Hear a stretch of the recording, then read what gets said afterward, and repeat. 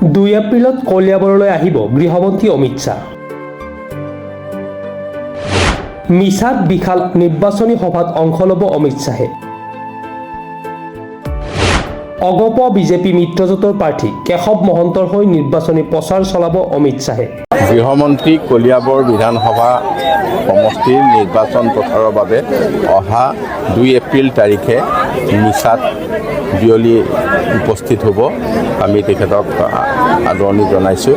ইয়াত এখন বিশাল জনসভা অনুষ্ঠিত হ'ব।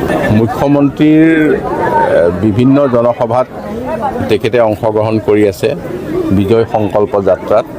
গতিকে বিজয় সংকল্প অনুষ্ঠানত তেখেতে যদি সময় উলিয়াব পাৰে নিশ্চয় আৰু এবাৰ কলিয়াবলৈ আহিব। তো আমি আশা কৰিছোঁ 30-40 হাজাৰ মানুহ হ'ব। 2 এপ্ৰিলত কলিয়াবৰলৈ আহিব গৃহমন্ত্ৰী অমিত শ্বাহ।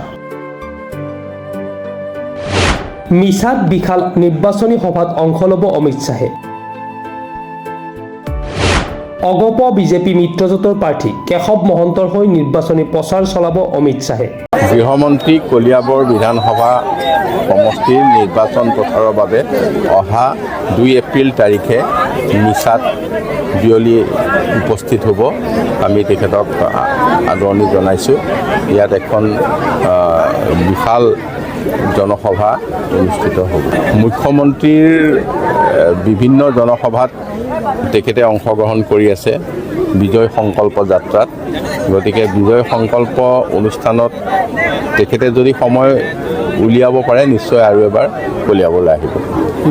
তো আমি আশা কৰিছোঁ 30-40 হাজাৰ মানুহ হ'ব। কলিয়াবৰৰ পৰা হেমন্ত কুমাৰ ভূঞা ৰিপৰ্ট, প্ৰাতঃ টাইম ডিজিটেল। অসমৰ সংবাদ জগতখনৰ বাবে এক সুখৰ খবৰ। আপোচবিহীন ৰাইজৰ কণ্ঠ সাপ্তাহিক কবচ পুনৰ এবাৰ অসমৰ ৰাইজৰ মাজলৈ। স্বত্বাধিকাৰী প্ৰণীতা কলিতাৰ দ্বাৰা প্ৰকাশিত আৰু আপোচবিহীন একাংশ নপুৰণি অভিজ্ঞতাপুষ্ট সাংবাদিকৰ দ্বাৰা প্ৰচাৰিত তথা eco printing press Guwahati Katabari গড়চুকত মুদ্ৰিত সাপ্তাহিক কবচ এতিয়া অসমৰ বিভিন্ন প্ৰান্তত উপলব্ধ। আমাৰ ঠিকনা মুখ্য কাৰ্যালয় অসম ফৰেষ্ট স্কুল, হৰি মন্দিৰ পথ, গুৱাহাটী আৰু উপ কাৰ্যালয় কলিতা মাৰ্কেট, বিজয়নগৰ, কামৰূপ, অসম।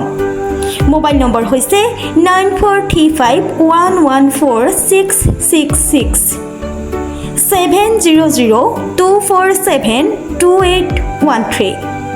আমাৰ ইমেইল আইডি হৈছে kobos2025@gmail.com।